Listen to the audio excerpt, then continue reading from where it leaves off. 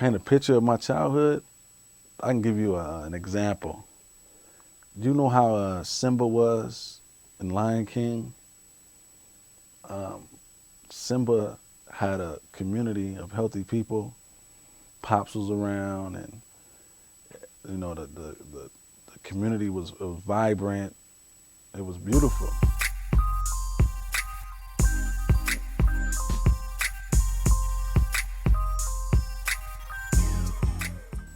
For me, growing up, part of it is, I was just like a normal kid anywhere else, playing kill a pill in the front yard and waiting for Christmases and fighting your friend around the corner and, having living fights. And then, we'd be in the backtracks, just going on journeys, we used to call it. But other than that, it was a beautiful, but it drastically changed growing up for me. When crack came into our community and it started taking away my family and everything around me. I had like 3 stones in my pocket, just trying to get that 60 so I can go down there and really floss at Great America. $60 back then, he was the man. Anyway, you can play your video games and, go get you a little fit, whoop. Anyway, and then, I just built the courage up. My homie was like, go ahead, here come a car coming up. But I didn't know, I was so green to the game, I didn't know, who was coming and not coming. My partner had to put me up on game. Car came, that first sale I got, I was addicted to it. It was over with.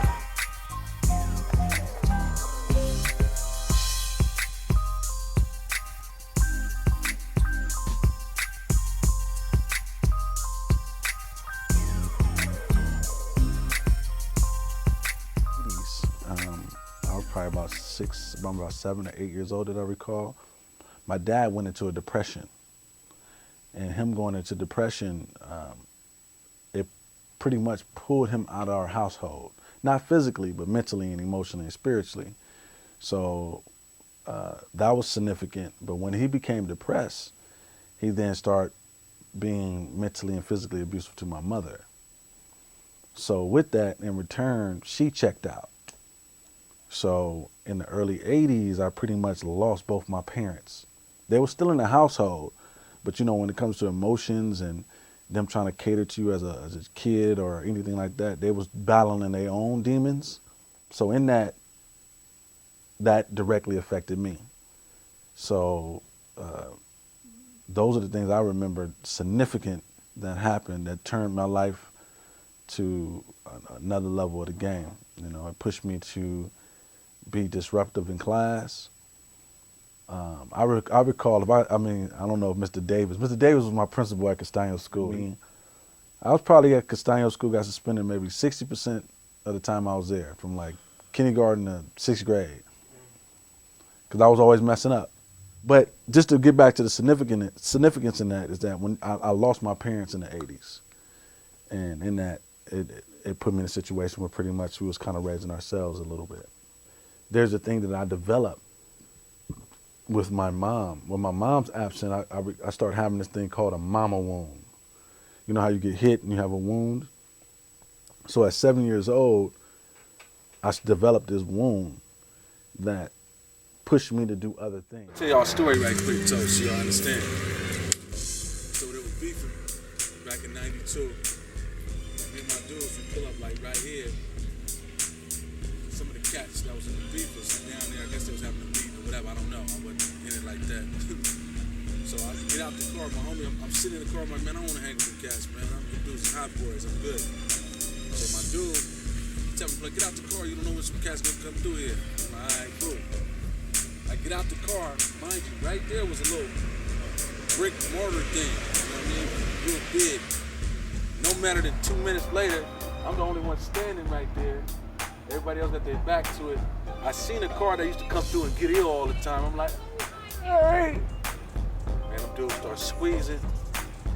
If it wasn't for that brick building right there, Lord, thank you for that brick building, it would have been bad for us. So they let off like, I'm gonna say about 50 rounds. I'm running through the park. Now I'm running through the park. You hear them. It was just bad. I don't want nobody to go through the things that we went through, or even the young players that's out there fighting today, is over nothing. You know what I mean?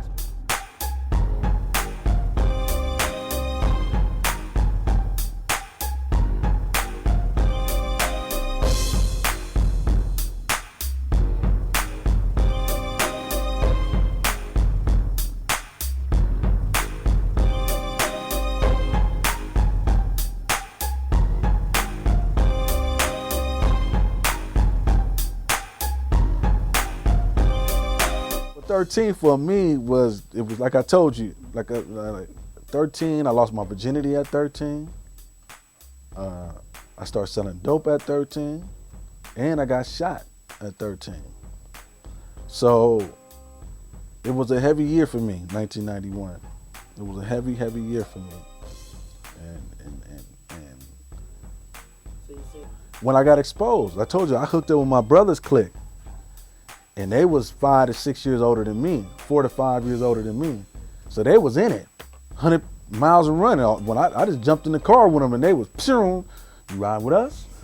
Okay, let's ride. So my brother was in the game before me, and when I got in the dope game, all he did is introduce me to his friends.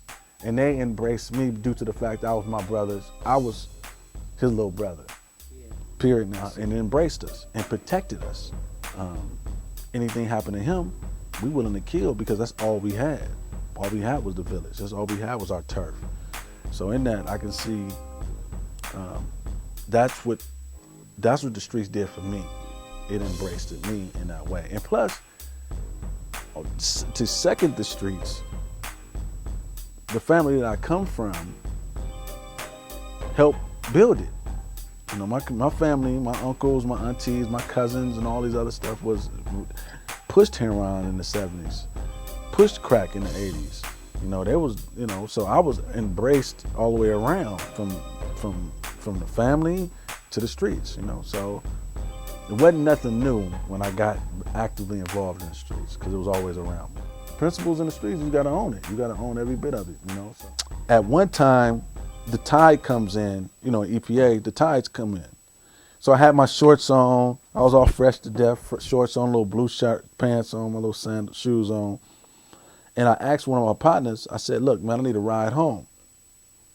And, cause I didn't want to walk, it was cold. We on a dope spot, he was like, nah, I'll give you a ride later. 5-0 around the corner, chill out, whatever. So I'm like, all right, man, so I'm sitting there on the block. So one of the homies, big homies, drive by in his little bucket, him and the other little big homie, other homie of mine. So I say, give me a ride to the house. He's like, all right, Fresh, we can give you a ride. That's my nickname. We'll give you a ride, but we got to go over the ramp first. I'm like, all right, cool. I just jump in the back seat, jump in the back seat. Anyway, just to finish the story, we get the gas from over the ramp. Well, I think it was a 76 station at the time, right there when you pull off into back on 101. So we go back over the bridge, over the overpass. I think we was playing some old AMG song or AMW, American Most Wanted song. I don't recall, but them little tweeters were just, or I think it was MC Breed, something, I don't recall. So we pull up down Fordham, and before you get to the park, you know, it's Fordham in Michigan, cross section. And I hear my big homie talking to the other homie, and they saying something to each other. I couldn't hear because of the speakers. So they pull up to the spot, and they look over. You know, I look over at the dudes. I know them. I'm like, okay, what's up? I mean, I don't, you know. So when we pull off, we pass over Michigan. And when we pass over Michigan, right before you get in the middle of the park, all I hear is this sound like this. So when I'm hearing that, I turn around. And when I turn around, I get tagged in the face twice. One in my mouth, one under my eye. And then we drive off and they take me home. After they take me home, the bullet was in my lip. The bullet's still in my neck.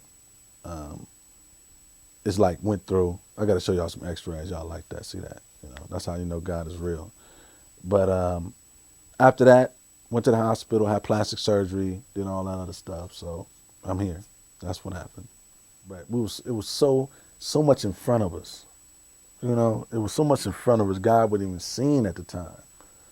It was we wanted to be in Suzuki Jeeps and drop top Skylarks and Cougs and Mustangs on Z's and Vogues, and what was at that time was three times gold at the time when I was growing up. Now it's 5 times, 100 times gold now. When I gave my life over to Jesus Christ, that's when I was done with the game. But the events that happened before that was very strong and emotional. So what forced me to get out the game was multiple things. The number one thing was maybe 6 months before I get saved, or maybe not even that, maybe about 6 months before I get saved, a friend of mine that was murdered this year. I don't know if y'all never heard of this guy named Jerry Buki Botley. Well, he was murdered this year. Rest in peace, big homie. But he was murdered this year. He was shot back in '97, but he was shot because he was hanging with me. Everything that I did was out of what I knew at that time. It wasn't like I was doing things strictly out of ignorance. But if I want to back up a little bit and say some takebacks, just to say it in that sake of the word, is the way I did women. You know, I would definitely take that back. I would definitely take that back because I see the results of what I've done to women. I see the damages of that. So, and selling of that dope, you know, selling of the dope, I contributed to somebody else's death. You know, but I was doing it out of ignorance. I didn't know no better. But if I now in my conscious mind, if I had to do some take backs, it'd be those two things. That's what I would do. I followed my brother. I mean, he was in it, and I just followed him right into it. You know, and I met with my peer group wasn't even in the dope game yet. It was his peer group. So when I hooked up with my brother's friends, these wasn't even my friends. We were still playing G.I. Joe and, you know, and Tonka toys. We were still, imagine we was young, you know, we was babies. At that time, I didn't have no parents to really buy the stuff that I wanted because they was doing their thing. So I went out there to sell the dope to get the nice shirt, shoes, and a little rayon shirt. At the time, rayons was in. We was, you know, whoop, popping it off. Real, you know, it was going on at that time, you know. So all I wanted was the clothes to get the girls. That's it and that's all. But it caused me, when I got in that world, I didn't know it was like that. It was easy. All our friends was doing it at the time. You know, you go through Midtown or you go through Gardens or you go through the Village, it's nothing but us standing on the corner.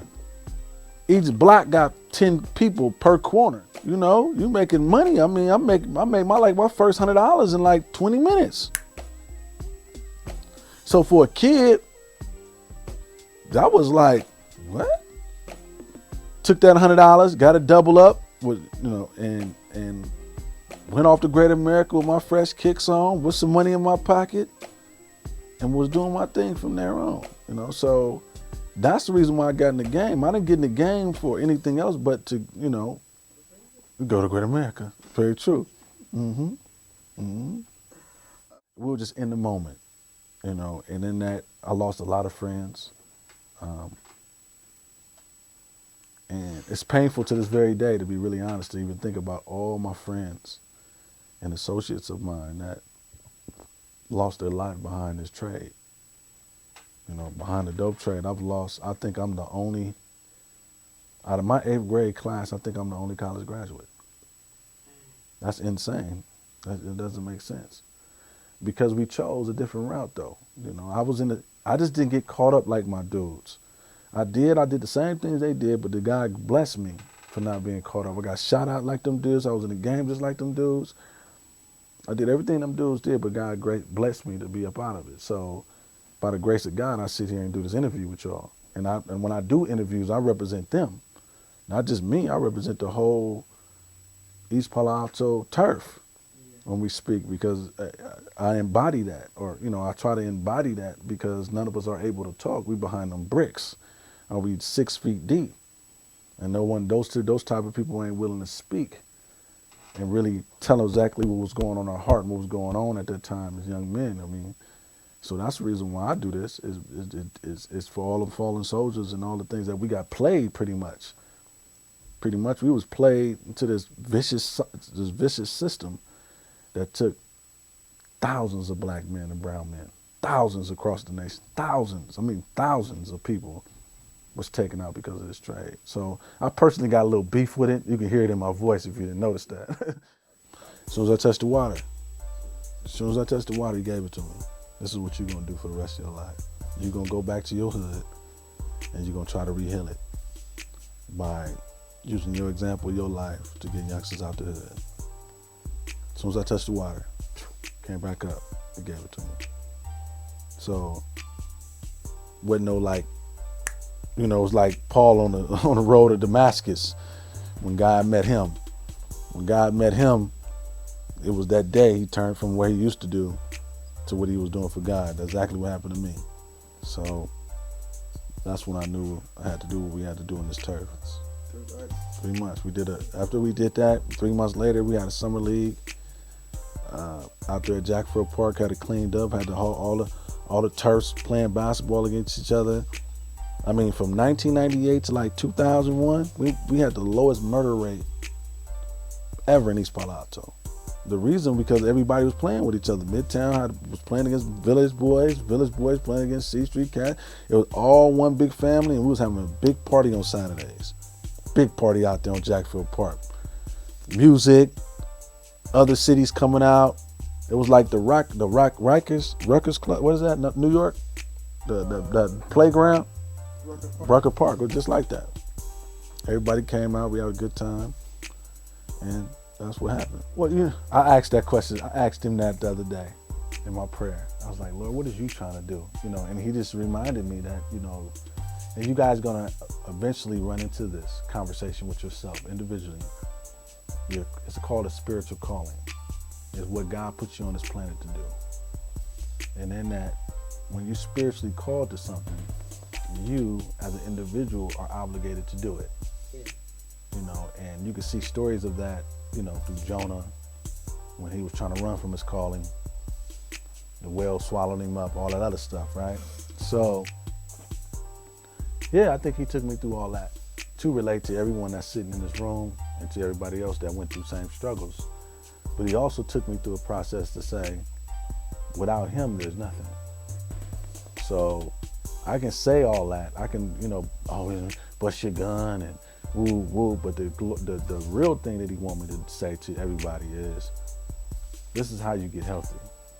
This is how you follow me. This is what he's saying. You set me in your heart.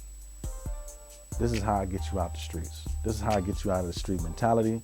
This is how I keep you out of the streets if you follow me. So that is the bigger thing, the bigger picture.